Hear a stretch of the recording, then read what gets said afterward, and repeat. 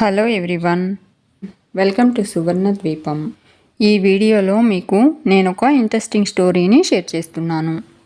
వినోద్ తన కొడుకు 10 ఏళ్ల తరణ్ని స్కూల్లో డ్రాప్ చేసి ఇంట్లోకి వస్తూ, రమ్య ఇంకా రెడీ కాలేదా, పెళ్ళికి టైం అవుతుంది అంటాడు. రమ్య పట్టు చీరలో అందంగా ముస్తాబై హాల్లోకి వస్తుంది. వినోద్, నీకు ఈ చీర చాలా బాగుంది రమ్య అంటాడు. ఈ చీరకు డైమండ్ నెక్లెస్ అయితే ఇంకా బాగుండేది అంటుంది రమ్య.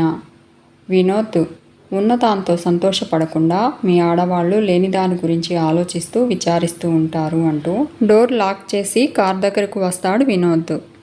వినోద్ వెనకే వస్తూ ఉన్న రమ్య, ఏమండోయ్, ఎంత బంగారం ఉంటే అంత స్టేటస్ అన్నారు కదా, మర్చిపోయారా?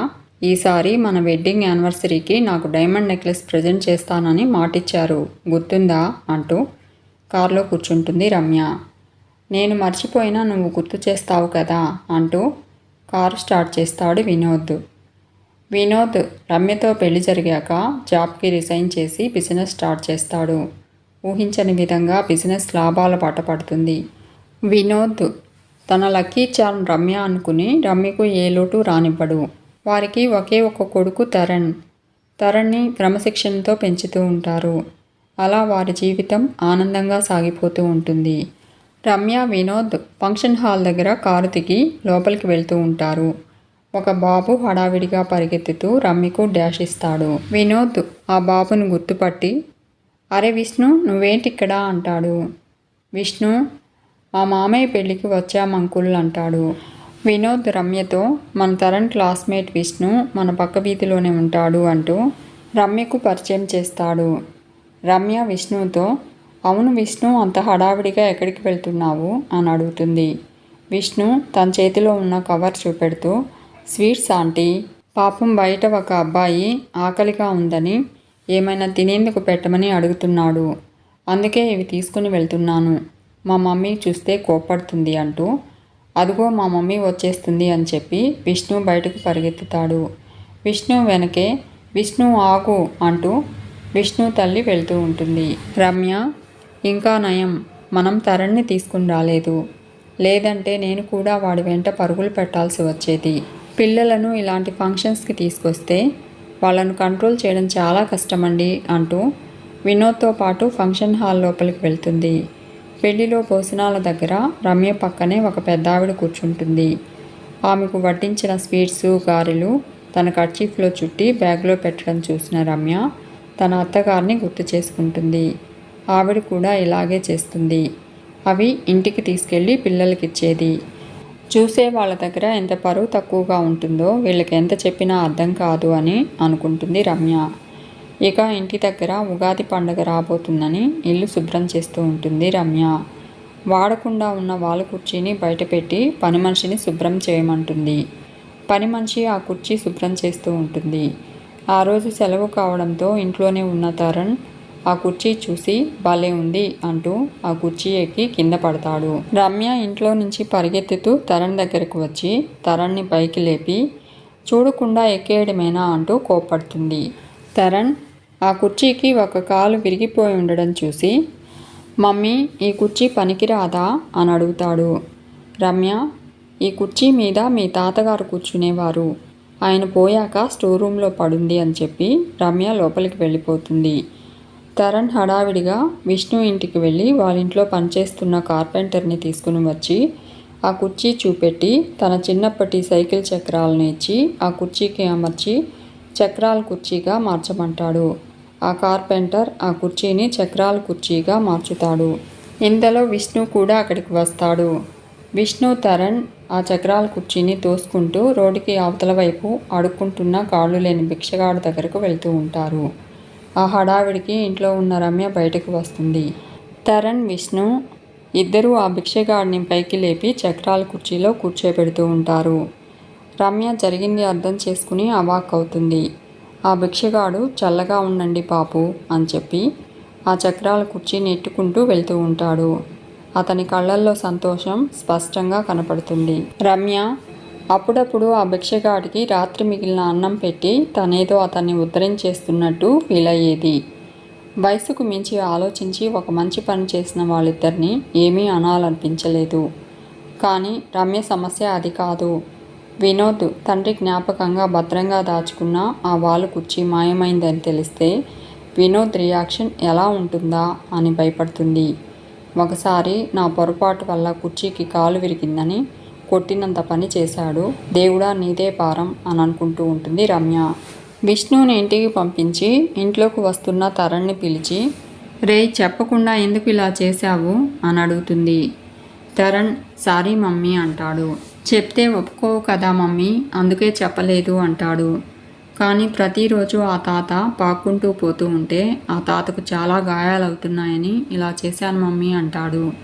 సర్లే, మీ నాన్న వచ్చే టైం అయింది, మీ నాన్నకు ఈ విషయం గురించి చెప్పకు, నేను ఏదో ఒక రకంగా మేనేజ్ చేస్తాను అని రమ్య అంటూ ఉంటే తరణ్ అబద్ధం చెప్పడం ఎందుకు మమ్మీ, ఆ తాతకు అది పనికొచ్చింది కదా అంటాడు. చెప్పినట్టు విను, నన్ను విసిగించకుండా లోపలికి వెళ్ళు అంటూ కోపడుతుంది రమ్య. తరణ్ రమ్య మాటలు పట్టించుకోకుండా వినోద్ కోసం ఎదురు చూస్తూ ఉంటాడు. కారు దిగి ఇంట్లోకి వస్తూ ఉన్న వినోద్ని గుమ్మం దగ్గరే ఆపి తను చేసిన ఘనకార్యం గురించి వాళ్ళ డాడీకి చెప్పడం చూసిన రమ్య టెన్షన్ పడుతూ ఉంటుంది. వీడు అనుకున్నంతా చేశాడు, చెప్పిన మాట వినిపించుకోడు, ఇప్పుడు వినోద్ ఎలా రియాక్ట్ అవుతాడో ఏమో అని అనుకుంటూ భయపడుతుంది రమ్య. వినోద్ చిత్రంగా తరణ్ని ఏమీ అనకపోగా వెరీ గుడ్ నాన్న, మంచి పని చేశావు అంటూ డల్గా లోపలికి వచ్చి సోఫాలో కూర్చుని కళ్ళు మూసుకున్నాడు.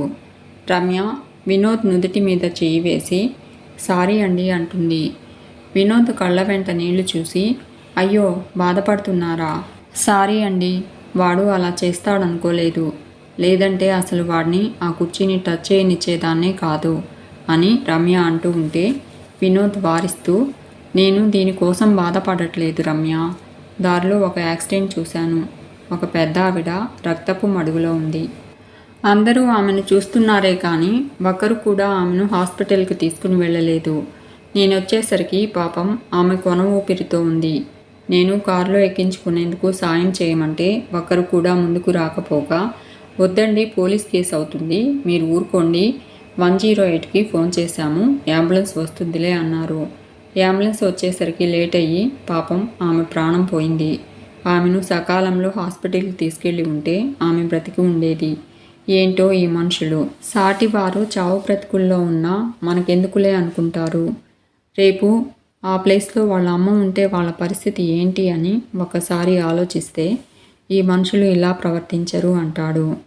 పిల్లలు దేవుడు లాంటి వాళ్ళు అంటారు, పెరిగే కొద్దీ వాళ్ళలో దైవత్వం మాయమై రాక్షసత్వం వస్తుంది, కాదు మనమే వాళ్ళను రాక్షసులుగా మారుస్తున్నాము, ఈ పసి వయసులో తరణ్ చేసే మంచి పనులను ఆంక్షల పేరుతో సంకెళ్ళు వేసి ఆపొద్దు, ఇక నుండి వాడిని అర్థం చేసుకునే ప్రయత్నం మాత్రమే చేద్దాం అని ఆవేదనగా అంటాడు. రాత్రి నిద్రలో వినోద్ అమ్మ అమ్మ అంటూ కలవరిస్తూ ఉంటాడు. రమ్య వినోద్ని నిద్ర లేపి ఏమైందండి అని అడుగుతుంది. వినోద్ అమ్మ గురించి పీడకల వచ్చింది రమ్య అంటాడు. రేపొద్దున అమ్మ దగ్గరికి వెళ్ళి చూసి వస్తాను అంటాడు. వినోద్ మానసిక స్థితిని బేరీజు వేస్తూ తన అత్తగారు అమరావతమ్మ గురించి ఆలోచిస్తూ ఉంటుంది రమ్య. చిన్నతనంలోనే భర్తని కోల్పోయిన ఆమె 3 పిల్లలను పెంచి చదివించి వాళ్లను ప్రయోజకులను చేస్తుంది. వినోద్ తర్వాత విక్రమ్, తర్వాత వివేక్. వినోద్, విక్రమ్ ఇంజనీరింగ్ పూర్తి చేసి సాఫ్ట్వేర్ ఉద్యోగాలు చేస్తూ ఉంటారు. చివరి వాడైన వివేక్ కూడా ఇంజనీరింగ్లోనే చేరతాడు. పిల్లలకు చదువులు చెప్పించే క్రమంలో తన పుట్టింటి వాళ్ళిచ్చిన పొలం కూడా అమ్మేస్తుంది అమరావతమ్మ. వినోద్ రమ్యను ప్రేమించి పెళ్లి చేసుకుంటాడు. కొంతకాలం అందరూ కలిసి పల్లెటూరులోని ఇంట్లో ఉండేవారు. విక్రమ్ తన కొలీగ్ ఉషను పెళ్లి చేసుకుంటాడు. ఇక 3వ వాడైన వివేక్ కూడా ఇంజనీరింగ్ పూర్తి చేసుకుని పై చదువుల కోసం అమెరికా వెళ్తాడు. 2 కొడుకులు 2 కోడళ్లతో అమరావతమ్మ ఇల్లు కళగా ఉందని మురిసిపోతుంది. ఇంతలో వినోద్ ఉద్యోగం రిజైన్ చేసి సొంతంగా బిజినెస్ స్టార్ట్ చేస్తాడు. సిటీకి దగ్గరలో ఇల్లు తీసుకుని తను రమ్య సిటీలో వేరుగా ఉంటామని వినోద్ చెప్తూ ఉంటే అమరావతమ్మ ఎంతో బాధపడుతుంది. రెక్కలొచ్చిన పక్షులు ఎగిరిపోక ఇక్కడెందుకు ఉంటాయి అని అనుకుంటుంది. తర్వాత కొద్ది రోజులకే విక్రమ్ ఉషా కూడా సిటీలో కాపురం పెడతారు. అమరావతమ్మకు ఒంటరిగా ఉండడం అలవాటైనప్పటికీ ఎందుకో కొడుకులు వేరు కాపురాలు పెట్టడం బాధగా ఉంటుంది. కొన్నాళ్లకు మూడో వాడైన వివేక్ తన క్లాస్మేట్ ప్రముఖ పారిశ్రామికవేత్త కూతురైన స్వాతిని ప్రేమించి పెళ్లి చేసుకుని స్వాతి ఇంటికి ఇల్లరికం వెళ్ళిపోతాడు. అమరావతమ్మను రమ్య 6 నెలలు, ఉష 6 నెలలు ఉంచుకుంటామని చెప్పి పల్లెటూరు నుంచి అమరావతమ్మను తమ ఇంటికి తీసుకుని వెళ్తారు. ప్రస్తుతం అమరావతమ్మ ఉష ఇంట్లో ఉంటుంది. ఇంటి పనులతో పాటు పిల్లలను స్కూల్లో దింపి తిరిగి ఇంటికి తీసుకుని రావడం ఆమెకు దినచర్యగా మారింది. అమరావతమ్మ ఉష దగ్గర ఉన్నప్పుడు మాత్రమే ఉషకు క్రమశిక్షణ గుర్తొస్తుంది. పిల్లల చదువుల వంకతో ఆమెను టీవీ కూడా చూడనిచ్చేది కాదు. సాయంత్రం కాగానే ఎవరి గదుల్లోకి వాళ్ళు వెళ్ళిపోయేవారు. ఉష అమరావతమ్మను పక్కింటి వాళ్లతో కూడా మాట్లాడనిచ్చేది కాదు. అసలే స్వచ్ఛమైన పల్లెటూరి ప్రేమల మధ్య పుట్టి పెరిగిన అమరావతమ్మ ఈ పట్నవాసపు పెట్టుడు ఆప్యాయతలను భరించలేకపోతుంది. ఆ 6 నెలలు కొడుకు ఇంట్లో పరాయిదాన్లా ఒంటరితనం ఫీల్ అవుతుంది. అమరావతమ్మ రమ్య దగ్గర మాత్రమే సంతోషంగా ఉండేది. తను అత్తగారికి పనులు చెప్పేది కాదు. తరణ్, వినోద్ కూడా ప్రేమగా ఉండేవారు. తరణ్ నానమ్మ చెప్పే నీతి కథలు, మహనీయుల చరిత్రలు వింటూ నిద్రపోయేవాడు. వాడిలో ఉన్న మానవత్వం, దయాగుణం ఆమెను చూసే నేర్చుకున్నాడు. 6 నెలల తర్వాత ఆమె ఉష ఇంటికి వెళ్తూ ఉంటే తరణ్తో పాటు వినోద్ కూడా బాధపడేవాడు. తన తల్లి ఉష ఇంట్లో సుఖంగా లేదని, వినోద్ ఆమె గురించి బాధపడుతున్నాడని రమ్యకు అర్థమైంది. ఇక మరుసటి రోజు వినోద్ తల్లిని చూసేందుకు విక్రమ్ ఇంటికి బయలుదేరుతూ ఉంటాడు. రమ్య కూడా రెడీ అయ్యి హాల్లోకి వస్తుంది. నేను కూడా వస్తున్నానండి, అత్తయ్యను మన ఇంటికి తీసుకొచ్చేద్దామంటుంది. ఇక నుంచి అత్తయ్య మన దగ్గరే ఉంటుంది, ఆమెకు ఏ లోటు రానివ్వను, ఆమెను చూడాలనిపించినప్పుడు వినోద్ వాళ్లే వచ్చి చూసి వెళ్తూ ఉంటారు అంటున్న రమ్య వైపు సంభ్రమాశ్చర్యాలతో చూస్తూ thank you Ramya, thank you very much అంటూ నీలాంటి భార్య దొరకడం నిజంగా నా అదృష్టం అంటూ రమ్యను హక్ చేసుకుంటాడు వినోద్.